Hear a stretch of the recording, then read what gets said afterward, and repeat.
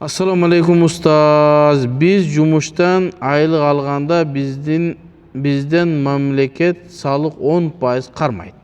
Жана бизнестен дагы тапкан кирешеден салык төлөйбүз. Суроом, ушул салыктар зекет ордун өтөбү же жокпу дейт. Биздин дагы ишибизден алып атат. Айлыгыбыздан.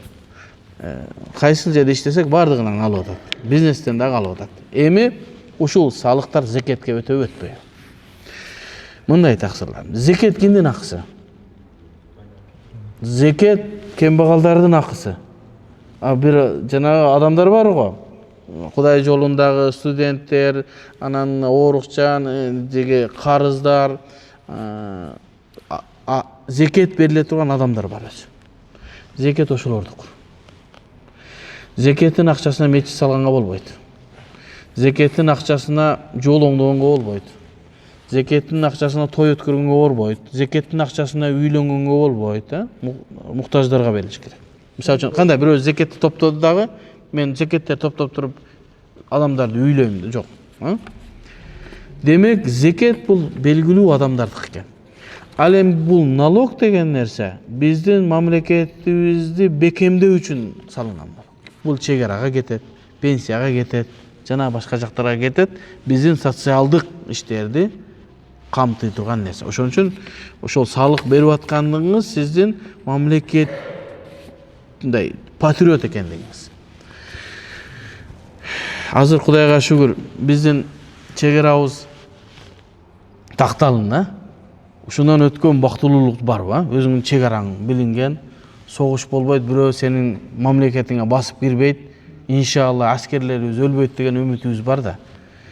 Ошол жерге зым тарт да. Каяктан тартылды ошо зым? Мына ушул. Сиздин салымыңыз ошол берген салыгыңызга сизге зым тартылды. Атаңыз пенсия алып атабы? Алып атат. Кайсы акчадан алып атат? Ошол акчадан алып атат. Жол салынып атабы? Каяктан салынып атат? Ошол нерседен салынып. Анан дагы мамлекет башка жактан дагы акчаны калтырат. Ал сен налогуң менен эчтеке бүтпөйт элечи. Аз эле да налог акча. Андан башка алтыныбыз бар, кирешелерибиз бар, башка нерселер менен мамлекеттин туруктуулугуна, мамлекеттин өнүгүүсүнө колдонулат. Бул зекетке өтпөйт. Бул өзүбүздүн жеке жарандык милдетибиз катары. Шариатта барбы? Бар. Зекеттен сырткары бар.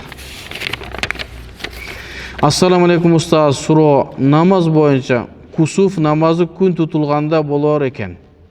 Аны жамаат менен окуп, имам дуа кылып, фазилеттерин айтып берет экен. Түшүнүктүү. Бирок ай тутулганда кусуф намазы окулат экен. Бул түнү болуп калганын ар ким өзү үйдө же мечитке келсе жалгыз окуп калат экен. Менин угушум боюнча 2 рекет, ар рекетте 2 руку, 2 сажда окулат деп уккам.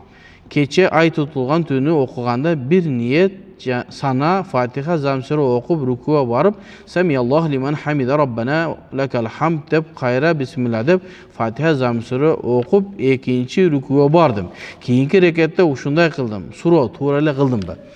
Кусуф намазы бул күн тутулганда, муну жамаат менен имам чыгат дагы окуйт. Ал эми кусуф бул ай тутулган, кече тутулду. Ай тутулгандын, күн тутулгандын себеби Аллах Таала адамдарга эскертүү берүүсү. Тобага кайтышыбыз керек, намазыбызды оңдошубуз керек, жеген тамагыбызды, балдарыбыздын тарбиясын карагыла деген сөз. Анан кээ бирки акылдуулар айтат да, жок, бул андай эмес, бул күн менен айдын эле айланып атканда мында туура келип калып эле, анан караңгы болуп калат ал эчтеке десе. Ошол Аллах Таала ошону туура келтирип атат ошол жерге. Сага бир белги бериш үчүн. Түшүндүңбү? Эмне себептен күн тутулуп атат? Күндүн жарыгын жер айдан тосуп калып атат. Туура айттымбы?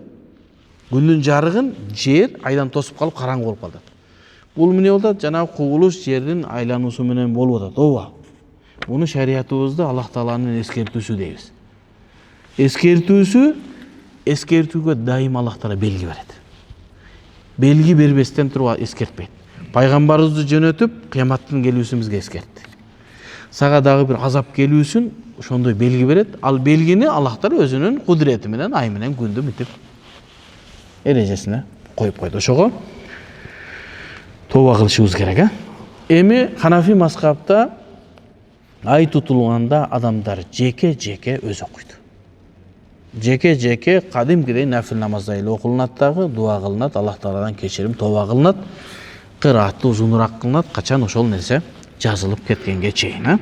Анан Кайсы намазды жеке окуйбуз? күн тутулганда, ай тутулганда. Ошол убактагы фарздыбы? Жок, жөн эле нафил окуйбуз. Нафил окуйбуз. Аллах Тааладан неме алабыз. Анан тиги башкачараак намаз окулсун деген бар экен го, мисалы үчүн, азыркы биз окуп аткан намаздан башкачараак окулсун деген биздин Ханафи мазхабта эмес. Биздин Ханафи мазхабта кадимкидей эле намаз окулунат. Биринчиден бул сиздин акыңызга кирип атабы, кирбей атабы деген маселе. Эгерде сиз убагында жумушка барсаңыз, акчаңызды алса сиздин акыңызга кирген болот. Демек сиз жумуштан кеч калып атасыз, сизге айып катары ушундай кирилген болсо, бул бир тартипти орнотуу үчүн ушундай кылынса дурус. Себеби антпесе адамдар каалаганда келе бериши мүмкүн да. Ошого кичине тартип болуш үчүн ушундай кылып штраф кылып койсо дурус. Анын жакшы жагы аны жебей садака кылса жакшы экен. Бирок сизге сооп жок. Аны бүт элек азыр кембагалдарга гана пайдасы тийди. Эми ушундай кылып өзү аз болуп аткан айлыгыбызды ушундай кылып эле кетире берүү жакшыбы десек жок. Эгерде бир жакшы айлыгың болсо, бир 200 миң, 150 миң айлык алсаң, андан кийин ана ушу кеч калып калса, анан бир 500 сом, 400 сом койсо, макул дейсиз. Өзү 20 миң айлык алып атсаң, ага 1000 сомуна кылып койсо, анда бир аз зулумдук болуп калат. Себеби азыр бизде сабактан же болбосо иштен кеч калуунун себептери өтө көп. Илгерки союз мезгилиндей эмес. Азыр сен эртең менен жакшы эле ниет менен кечээ келгенсиң, бүгүн келсең жол пробка. Кечээ келе убакта чыгасың, бүгүн пробка. Ошого эгерде могу жашообуздагы абал, жол оңдолуп аткан мезгил, анча мынча өзгөрүүлөр, жол тосулуп аткан мезгилдерде иш берүүчүлөр бир аз айкөлдүк кылган жакшы болот. Ар бир нерсеге эле штраф кыла бербестен, азыр пробкадан азыр эч ким мынау саатта жетип барам деп айта албай калды азыр. Кепилдик жок. Интип карайсың, жетем деп ойлойсуң, бирок жолдо пробка сен каалаган амалда болот. Кээде дайым болгон пробкалар бар, кээде өмүр пробка болгон жерде эле пробка болот.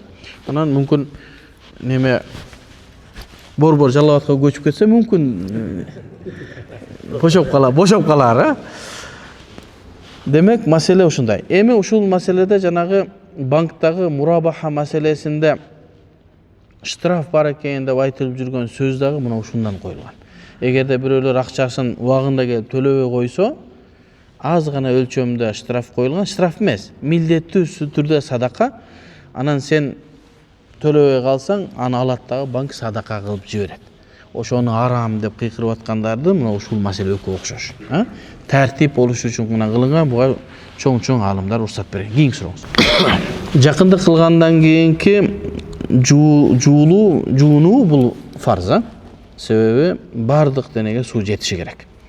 Эгер бирөөнүкү ушул аябай оор боло турган болсо, бирөөнүн чачы узун боло турган болсо, чачы узун дегенде мөрүдөн ылдый болуш керек. Эркектердикине окшобош керек. Эгер ошону жакындык кылганга чейин өрүп койгон болсо, анан жакындык кылгандан кийин бүт денесин жууп, чачын чечпестен, башынын негизги жерлерине гана суу жетип, беттерин жууп койсо, чачын чечпесе да уруксат. Сахибат дафира дейт, ошол жанагы чачы өрүлгөн аялдын өкүмү деп келет биякта. Ушундай аялдарга дагы уруксат болот.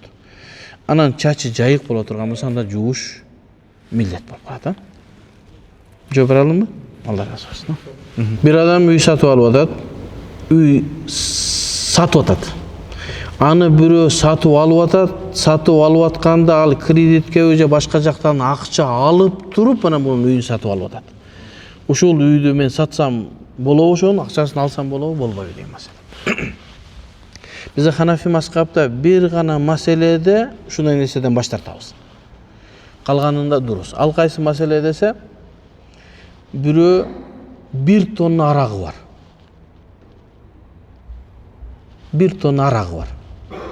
Сиз үй сатып атасыз. Аракты бирөөгө сатты дагы, андан акчаны алып сизге берсе, сиз албайсыз. Мен сага сатпайм үйдү дейсиз. Бир гана ушул маселе. Эмнеге десе, эми дагы маселе бар. Ага өлүмтүк болушу мүмкүн, же башка маселелер дагы кошсок болот. Арак мисал келтирип турайлы. Эмнеге десе, бул соода жүрүлгөн жок дейбиз. Себеби мусулмандарда арак акча болуп эсептелинбейт. Сиз аракты тиге сатып анын акчасын алганыңыз, башкача айтканда, акча сиздики эмес, ал тиги кишиники.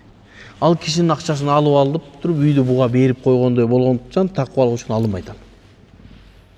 Андан башка маселеде ар бир адам өзү жооп берет. Бизде эреже бар. Фе'лу фаилин мухтар деген. Ар бир адам өзүнүн кылган амалына жараша жооптуу болот. Ал сизге акчаны каяктан алып келди, сиздин ишиңиз болот. Саттыңыз, бисмилла. Мисалы. Бир мисалы, мен базарга бардым дагы нан сатып алып атам. Мен акчамды бердим, нанды бердим. Ал нанды кредитке унду сатып алып, жаап мага сатып аткан мен каяктан билем аны? Мага эч кандай зыян тийбейт аны. Ага ким жооп берет? Нан саткан адам жооп берет. Нан өзү адалбы? Адал. Аны арам жолу менен мага саткандыгы мага зыяны жок. Ошону билип коюш керек. Ижарага үй берип атасыз. Ал жерге келип аткан адам берип атканда айтасыз. Бир айга 40 миңге берип атам, болду. Шартыңызды коесуз. Тегирмен ачпайсың бул жерде, чочко бакпайсың. Калганына акың жок.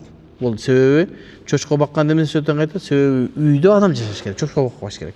Тегирмен кылсаңыз көчүрөт, кыймылдап. Андан башкасына болду, берди. Сизден ижарага үйдү алгандан кийин ал келип алып үйүндө кечке арак ичсе, сизге зыяны жок. Ал үйгө кечке сойкуларды алып келип жакындык кылган болсо, күнөө болот да ошо үйдө. Ал жооп берет. Сиз үйүңүздү ижарага бергендиги үчүн жооп бербейсиз. Эми үйүңүздүн ижарага бүгүн бирөө сурады, банк сурап атат дейт. Ушул эле маселе. Ижарага берсең, ал өзү эмне кылат, анын сенин ишиң жок. Себеби үйүң адалбы? Адал. Адал жол менен ижарага берип атасың, бердиң. Ал эмне кылат? Өз жооп берет. Бисмилла. Алла разы болсун. Балалуу болуунун шариатта өкүмү кандай? Сүннөт, мустахаб. Важип, милдеттүү эмес балалуу болуш. Демек, балалуу болуш менен мустахаб, сүннөт амалдардан. Пайгамбарыбыз эмне? Силер балалуу болгула, көбөйгүлө, силердин көптүгүңөр менен мен кыяматта сыймыктанам деген. 6 жыл, 7 жыл, 8 жыл, 10 жыл, бир канча жылдарга чейин балалуу болбосо деле андан кийин деле бала берет. Ажырашыш милдеттүү эмес. Милдеттүү эмес. Эгерде экөө ыктыярды кылып жашай берсе, жашай берген жакшы. Жок, биз экөөбүз чечтик. Сиз мүмкүн башка турмушка чыгың, мен башка аял алайын, балалуу бололу десе экөө ыктыярды. Бирок шарият тыйбайт, жашаса жашай берет. Экинчи маселе, эко маселеси. Эгерде бир эркек менен аял балалуу боло албай атса, азыркы технологиялык жол менен балалуу болуунун өкүмү. Бизде шариятыбызда аял менен эркектин балалуу болуусуна экөөнүн жумурткасы жанагындай бир техникалар менен кылынган болсо шарият уруксат берет. Башка аялдыкына экөөнүкүнө апарып салса болбойт, же үчөө же үчөө бириктирсе болбойт. Ошого экөөгө уруксат берилген, эгерде өзүнүн аялына боло турган болсо. Андан да бир маселе токтоңуз. Себеби дагы бир маселе бар. Балалуу болуу бул мустахаб дедик, бирок ауратты ачпаш фарз. Ал жак маселеси дагы бар. Эми бирөө өтө эле мен муктаж болуп атам десе, анда врачтын өкүмү берилет дагы. Ооруп калган адамга врачка барып көрүнгөнгө уруксат бар го. Ошондой эле анан экөөгө дагы уруксат берилет. Бирөө биз ушу болбойт атат, биздин үй бүлөбүз бузулган атат, биз балалуу болбосок болбойт десе, анда зарылчылык деген фатва берилет. Эгерде бир денеге дары сыйпалган болсо, вазелинге окшош, андан кийин анда дары атасаң суу өтпөй турган болсо, демек аны кырып кетириш керек, Себеби суу өтүш керек да, денеге суу жетиши керек, Эгерде бул дары атала турган жерде болсо, анан далыда болсо кандай болот десе, далыда ал өкүмү качан келет? Гусул кылганыңызда келет. Мисалы үчүн далыңыз ооруп калды, санчкак туруп калды, бир немени сүйкөп койдуңуз, Бирок даарат алып намаз окусаңыз аякты кетирбесеңиз деле болот. Эгер дары нажас болбосо. Бирок гусул кылганда сөзсүз кетиш керек болот, а? Алла разы болсун. Взятка берүүнүн же болбосо пара берүүнүн шариаттагы өкүмү. Пара берүүнүн өкүмү алгандагы, бергендагы арам иш кылган болот. Бирок чоң ажакем бир жакшы фатва берген. Аллахым бейишинен орун берсин. Эгерде сен бир жерге татыктуусуң, бирок сен ошол татыктуу жерге коррупциянын себебинен кире албайсың, бирок тыйын сурап атса берсең, алган жак гана күнөөкөр болот, берген адам күнөөкөр болбойт деген. Негизи бул китептерде жок, чубагажын фатвасы болчу. Фатва деген нерсе ошол адамдардын абалына карап берет да. Эгерде сиздин жолдо машина айдап кетип атканыңызда ошентип сиздин укугуңузду тебелеп, жөн эле өткөзбөстөн акча талап кылынган болсо, берген болсоңуз, алар күнөөкөр болот. Эгерде сиз нарушение кылган болуп берген болсоңуз, сиз күнөөкөр болосуз. Ошого нарушение кылсаңыз, бербеңиз дагы штраф төлөңүз, ошо штраф менен төлөсөңүз жакшы болот. Күнөөгө батпайсыз, балки мамлекетке жардам берген болосуз. Аллахым разы болсун. Салатун нария деген ушундай дуа бар, сопулар көбүрөөк колдонулат, ошону кылса адамдардын муктаждыктары кылынат дейт. Эми кээ бир адамда бул ширк, арам дегендер дагы бар, адам ыктыярдуу түрдө. Бул дуа мужарраб дейт. Тажрибадан өткөн, бирөөлөр шуну тажриба кылган, тажрибасы болгон. Демек Аллах Таала ошого бир нерсе, мисалы үчүн бирөө Ихлас сүрөсүн 2000 жолу окуйт экен дагы дуа кылат экен, дуасы кабыл болот экен да. Пайгамбар ушундай кылганбы? Кылган эмес. Сахаба кылганбы? Кылган эмес. Бирок кылган иш арам барам эмес, арам эмес. Жөн окудат да. Дуа кылды. Демек Аллах Таала кээ бир нерселерге өзүнүн хикматын берүүсү мүмкүн. Ошону дуа мустажаб же болсо мужарраб дейт. Дуа мужарраб, тажрибадан өткөн дуа. Ошо салатын нариядагы тажрибадан өткөн. Бирөө кылса зыяны жок. Эми ушул жаман оор маселе. Эгер эртең муну чыга турган болсо, адамдардын көбү түшүнгөнү да түшүнбөгөн деген айтат го, кээ бир ит көрүп үрөт дейт, көрүт, ошо үргөндөрдү көрүп эле үрө берет. Ошондой болуп атат азырча. Бир маселени айтсаң, түшүнгөнү да сүйлөйт, түшүнбөгөнү да сүйлөйт. Кээде сенин абериңе чейин, сенин ыйманыңа чейин. Биз бир маселелерди айтсак, бул сатып алып койгон, бул арам, Кудайдан коркпойт. Сен таанаган Кудайды мен деле тааныйм да. Сен билип аткан арамды мен деле билем. Биз болгон адамдардын шариятын айтып атканда эреже менен гана айтабыз. Китептеги нерсени гана айтабыз. Эми маселеге келсек, ошол кирпик чаптап, тырмак чаптап иштегендеги акча адалбы, адал эмеспи деген маселе. Бизде эреже бар. Ида тара ал-ихтимал саката бихил истидлал деген. Же башкача айтканда, качан бир нерсеге ыктымалдуулук болсо, ошонго кылынган далил түшөт деген сөз. Кирпик чаптоо, тырмак чаптоо бул дааратты гусулду өткөзбөйт.